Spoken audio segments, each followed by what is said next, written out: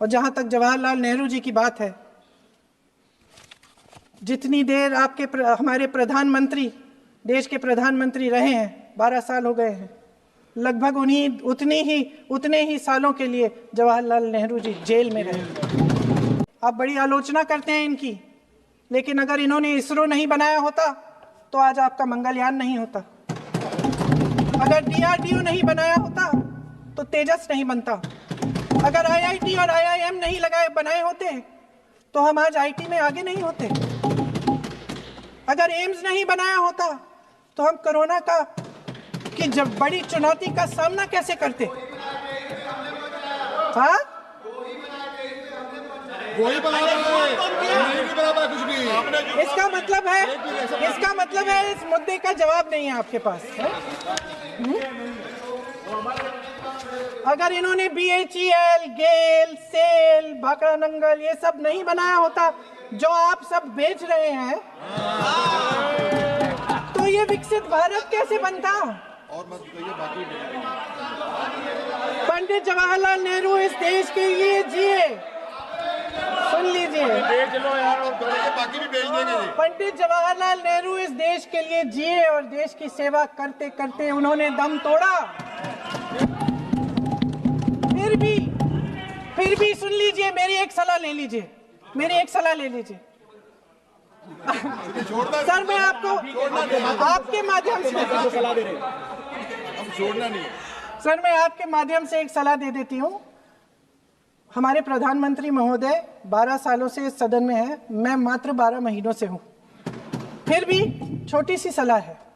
उन्होंने अभी हाल ही में चुनाव था, कुछ महीनों पहले उन्होंने एक सूची निकाली थी कि विपक्षी दलों ने और विपक्ष के नेताओं ने कितने अपमान किए हैं इनके, और उसमें शायद 90-99 ऐसे उन्होंने अपमानों की सूची बनाई थी।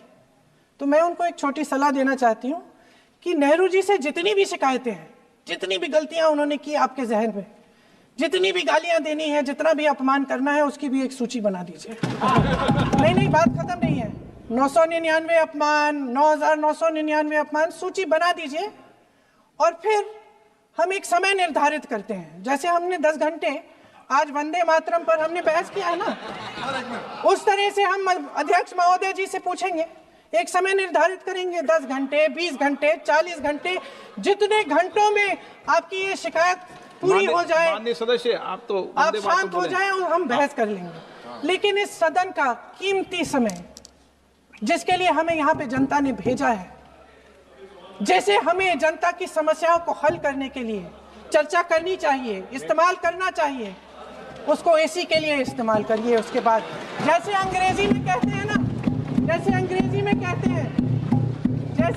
में कहते हैं कि once and for all let's close the chapter, close कर लीजिए। देश सुन लेगा क्या क्या शिकायतें हैं, किसने क्या किया, इंदिरा जी ने क्या किया, राजीव जी ने क्या किया, परिवारवाद क्या होता है, नेहरू जी ने कौन सी गलतियां की, सुना लीजिए, फिर खत्म। उसके बाद बेरोजगारी, महंगाई,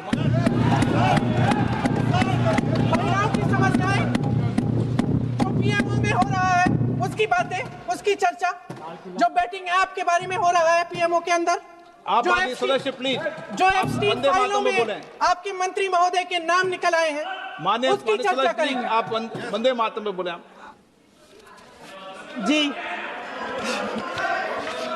जो अतीत की बातें हैं ना, जो बार बार आप चाहते हैं कि हम पीछे देखें, लेकिन हम आगे भविष्य की बात, वर्तमान की बात, जो असली समस्याएं हैं उनकी बात न करें, ये छोटी बात होती है।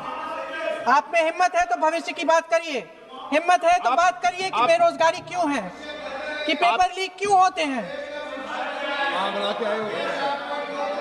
आप चेयर को एड्रेस करें। आपको अच्छा, खत्म कर लेती हूँ, एड्रेस करो आप। अध्यक्ष महोदय जी, सच्चाई ये है कि इनका शासन दमन का शासन है। इनकी राजनीति दिखावे की राजनीति है, इवेंट मैनेजमेंट की राजनीति है, चुनाव से चुनाव तक राजनीति है, तरह तरह के ध्यान भटकाने वाले मुद्दों की राजनीति है।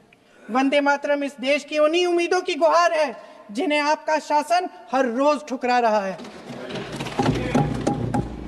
आज भी सरहद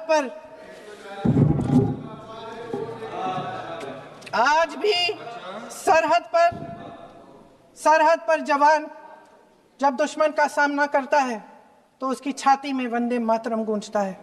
आज भी जब हमारा खिलाड़ी अंतर्राष्ट्रीय खेलों में जाता है तो उसके दिल की धड़कन में वंदे मातरम होता है। आज भी इस देश के करोड़ों देशवासी जब अपने राष्ट्र ध्वज को फहराते हुए देखते हैं तो उनकी जबान पर वंदे मातरम, वंदे मातरम, वंदे मातरम आता है। कांग्रेस के हर एक अधिवेशन में 1905 से लेकर आज तक सामूहिक तौर पर वंदे मातरम गाया जाता है। आपके अधिवेशनों में गाया जाता है कि नहीं, ये बताइए। अपने देश की आत्मा के इस महामंत्र को विवादित करके आप एक बहुत बड़ा पाप कर रहे हैं।